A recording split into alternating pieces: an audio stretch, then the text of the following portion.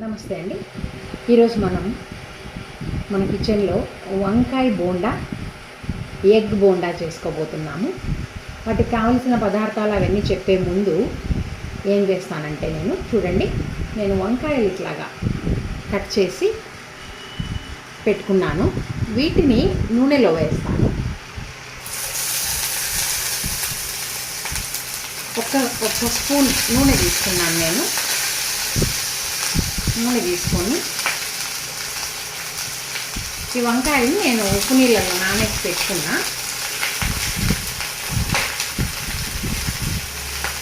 కాసేపు మగ్గనిద్దాము మూత వేసేసి.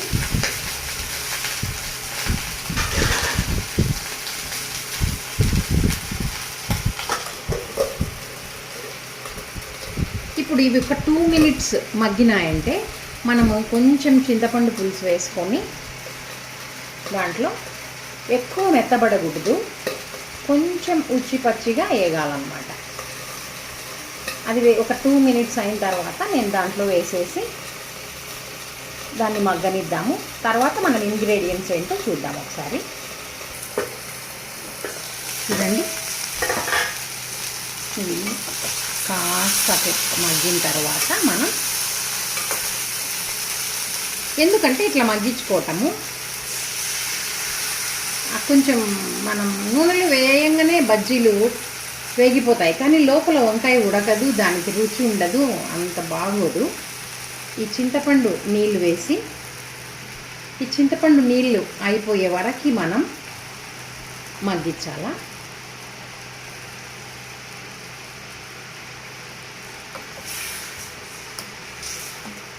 అయిపోతుంది ఒక 3 minutes. ఈ చింతపండు నీళ్ళలో మనం ఏం చేస్తామంటే కాస్త ఉప్పు వేసుకుందాం.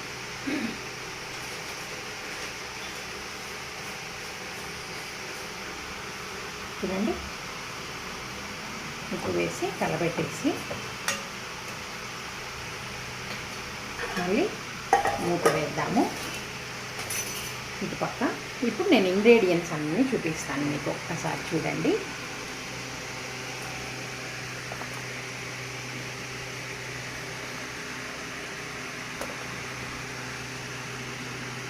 శనక్కాయ విత్తనాలు, నువ్వులు ఒక పెద్ద టేబుల్ స్పూన్ ఉంటుంది, ఒక 1/2 స్పూన్ ధనియాలు, ఎండుమిరపకాయలు, పప్పులు, చింతపండు, ఒక్క లవంగ, ఒక చిన్న ముక్క చెక్క. చూడండి, ఇవన్నీ నేనేం చేసినానంటే బాగా దూరగా వేయించి చింతపండుతో సహా మిక్సీ కొట్టి ఇలాగా పౌడర్ చేసుకొని పెట్టుకున్నా.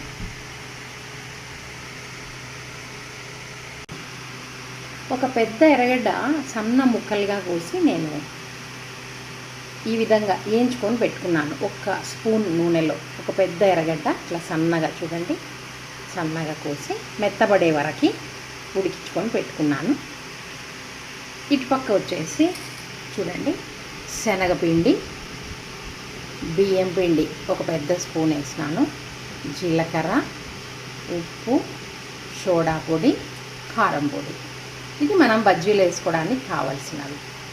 ఇప్పుడు నేనేం చేస్తానంటే ఈ ఎర్రగడ్డ వేపుకున్న దాంట్లో ఈ మిక్సీ కొట్టిన పౌడర్ ఉంది కదా, శనక్కాయ విత్తనాలు, నువ్వులు, ధనియాలు, మిరపకాయలు, చింతపండు, చెక్క, లవంగా, ఇది వేసుకొని బాగా ఈ విధంగా కలుపుకోవాలి. ఆ వంకాయలు ఉడికేలోపు మనకి ఇది బాగా ప్రిపేర్ చేసి పెట్టుకున్నాము. అట్లాగే మనం ఈ శనగపిండిని కూడా కలిపేసి పెట్టుకుందాం.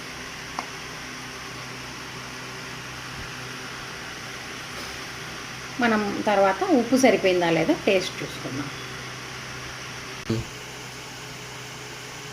చూడండి, ఇట్లాగా కలుపుకొని మనం ఉప్పు చూసుకొని, ఉప్పు సరిపోకపోతే కాస్త ఉప్పు కూడా యాడ్ చేసి పెట్టుకున్నాము. ఇది అట్లాగా పక్కన పెట్టేస్తాను. నేను హ్యాండ్ వాష్ చేసుకునేసి ఈ శనగపిండి కలుపుకునేది కూడా చూపిస్తాను మీకు. చూడండి, ఇదంతా ఆవిరైపోయింది బాగా. ఇప్పుడు ఆపేస్తున్నాను నేను.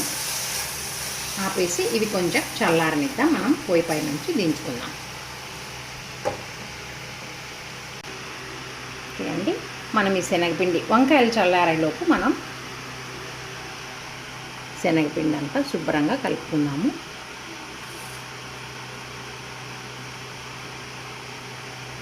మరీ పలసగా మరీ గట్టిగా కాకుండా ఒక మోడరేట్గా. ఎక్కువ సోడా పొడి కూడా వేసుకోకూడదు, ఎందుకంటే నూనె ఎంత పీల్ చేసుకుంటుంది.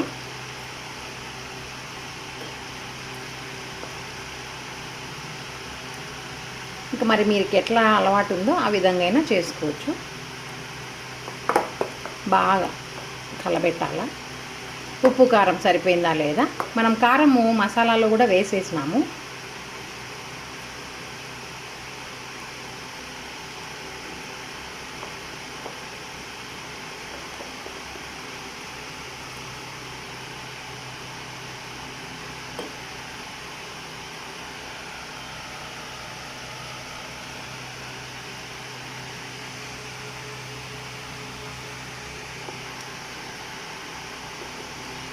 ఇంకా కాస్త వంకాయలు చల్లారినాయంటే మనం మసాలా పెట్టేసుకొని దీంట్లో ముంచుకున్నాం. ఇక్కడ నూనె కూడా నేను షిమ్లో పెట్టినాను.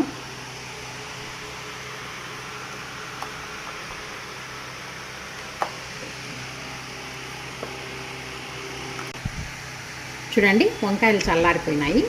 నేను ఈ మసాలాని ఈ విధంగా వంకాయలో పెట్టేస్తాము. మనం గుత్తి వంకాయకి చేస్తాం కదా, అట్లాగా. మరీ ఎక్కువ అంత పెట్టి పొట్ట పగిలేటట్టు చేయకుండా చూడండి అట్లాగా పెట్టుకోవాలి.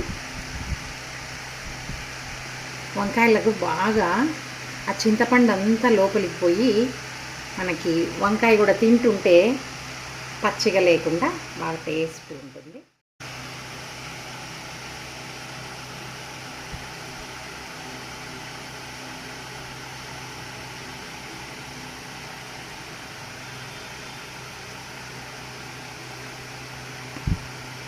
కొంచెం సీజన్ కూడా మారినట్లుంది కదా, వర్షాలు పడుతున్నాయి. వేడివేడిగా అట్లా ఈవినింగ్స్ అలా 2 బజ్జీలు వేసుకున్నామంటే చాలా బాగుంటుంది. ఎక్కువ పెట్టకండి, మళ్ళీ శనగపిండిలో అంతా పడిపోతుంది మనం ముంచేటప్పుడు. మీరు ఉత్త వంకాయ నూనెలో వేయించి ఇట్లా మసాలా పెట్టుకుంటే మీకు ఇంత రుచి ఉండదు. ఎప్పుడైతే ఈ చింతపండు ఉప్పు కలిపిన నీళ్ళల్లో మనం ఉడికిస్తామో ఆ వంకాయకి అంతా పడుతుంది. చాలా టేస్ట్ వస్తుంది మనం బజ్జీ వేసినప్పుడు కొరుక్కొని తింటుంటే కూడాను.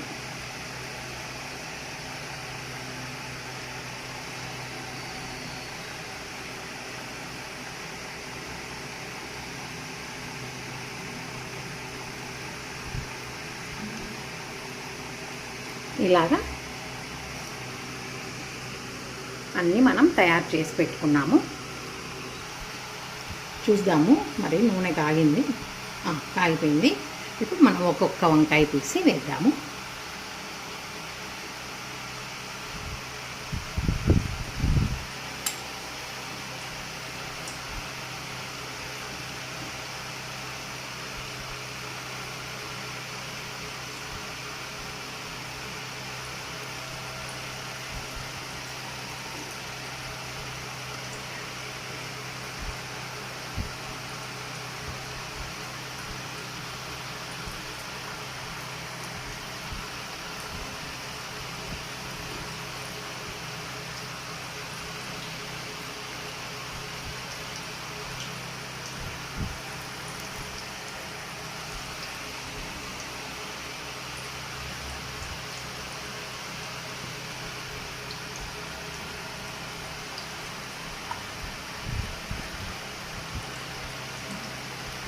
ఇంకా ఆ విధంగా వెంటనే కలబెట్టకూడదు. ఎప్పుడు కూడాను మనము ఒక్క 2-3 మినిట్స్ దానికి టైం ఇచ్చామంటే అది సెట్ అవుతుంది.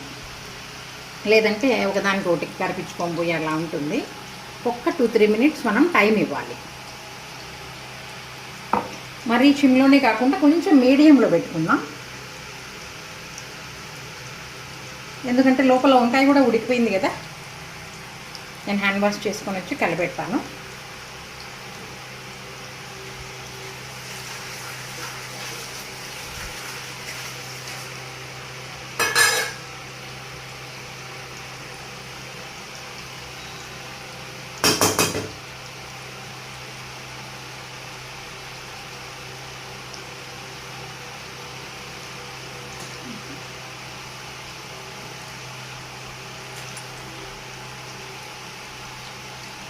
చూడండి నెమ్మదిగా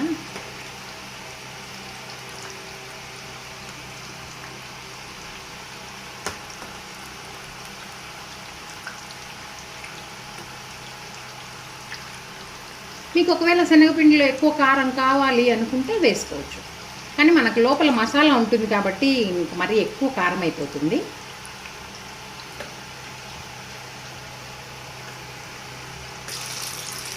చూడండి బాగా మంచి కలర్ వచ్చినాయి కదా. ఇప్పుడు మనం తీసేసుకుందాం.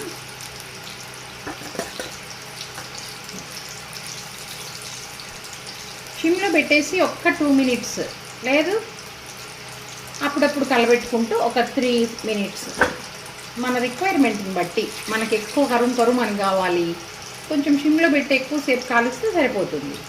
కొందరు ఏం చేస్తారు, ఒక ట్రిప్ వేయించి తినేటప్పుడు మళ్ళీ వేడివేడిగా రెండోసారి వేయించుకుంటారు. మనకి ఏది అలవాటు ఉందో అది.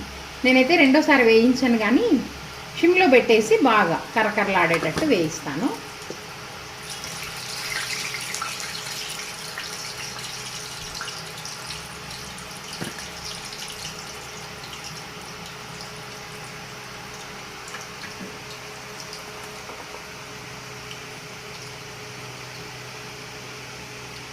వంకాయ బజ్జీ రెడీ అండి.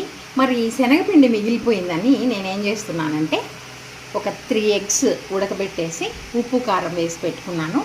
ఇప్పుడు ఈ మిగిలిన శనగపిండిలో నేను ఈ ఎగ్ బజ్జీ వేసి చూపిస్తాను, ఒకసారి చూద్దాము.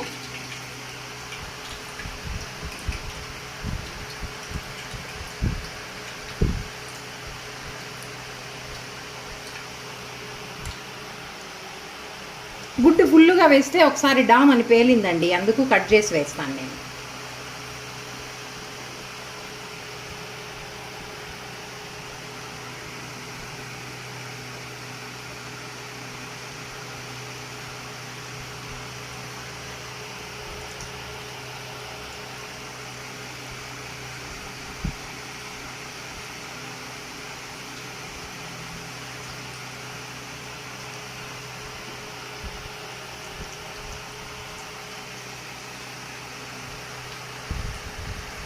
ఇట్లా లోపల గుడ్డుకు మనం ఉప్పు కారం మిరియాల పొడి కావాలన్నా కొంచెం గరం మసాలా మన ఇష్టం అట్లా వేసుకున్నామంటే అది తినేటప్పుడు పచ్చిగా లేకుండా గుడ్డు బాగుంటుంది.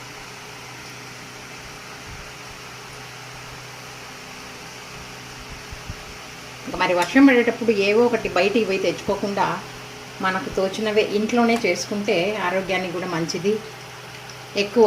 ఎక్కువ మంది ఉంటే బాగా చేసుకుని తినొచ్చు కదా.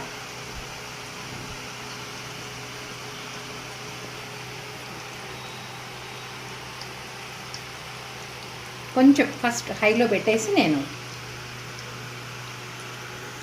1 మినిట్ హైలో పెట్టేసి వేడి తగ్గిపోయి ఉంటుంది, మళ్ళీ సిమ్లో పెడదాం. ఒక 2-3 మినిట్స్ సిమ్లో పెట్టేద్దాము. దీనికి ఒక 2 నిమిషాలు టైం ఇచ్చినాము కదా. ఇప్పుడు మనం తిప్పుకుందాము. కొంచెం ఇది చేసుకొని ఇంట్లోనే చేసుకున్నామంటే కొంచెం డబ్బులకే ఇంట్లో ఉన్న అందరం తినచ్చు. అదే బయట తెచ్చుకుంటే తృప్తిగా తినలేము, ఆరోగ్యాలు పాడైపోతూ ఉంటాయి. ఎప్పుడు వన్స్ ఇన్ ఏ వైల్ తినచ్చు, but home food is healthy food కదా. కొంచెం వెనకలకే ఉండండి, ఎందుకంటే ఏదన్నా కొంచెం ఎయిర్ బబుల్స్ ఫామ్ అయితే డామ్ అని పేలుతాయి. ఇవన్నీ కూడా కొంచెం జాగ్రత్తగా ఉంటే.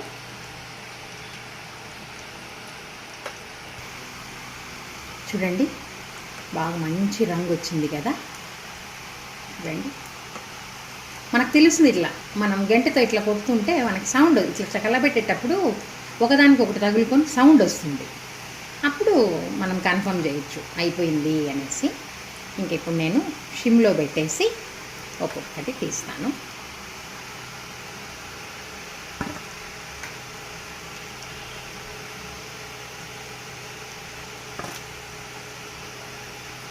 ఎప్పుడు కూడా ఆపేసి తీయకూడదు.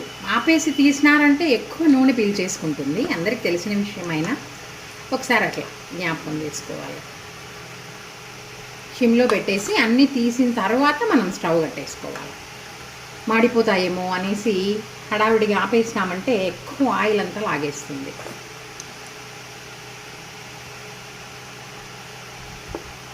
మరి గుడ్డు బజ్జీలు కూడా అయిపోయాయండి. స్టవ్ ఆఫ్ చేస్తున్నా.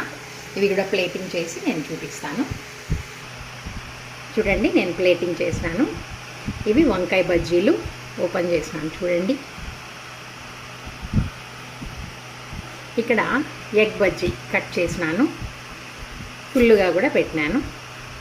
ఈ విధంగా మనం వర్షం పడే సాయంత్రం రోజు వేడివేడిగా రకరకాల బజ్జీలు వేసుకొని మనం తిని ఇంట్లో వాళ్ళకందరికీ పెట్టి ఆరోగ్యంగా ఉండాలని కోరుకుంటూ, మరి ఇలాంటివి ట్రై చేస్తే ఇంట్లోనే బాగుంటుంది. మీరు కూడా ట్రై చేస్తారని, ఈ విధంగా ప్రాసెస్ మీరు ఫాలో చేయదలుచుకుంటే చేస్తే బాగుంటుంది. Please like, share, comment and subscribe. Thank you.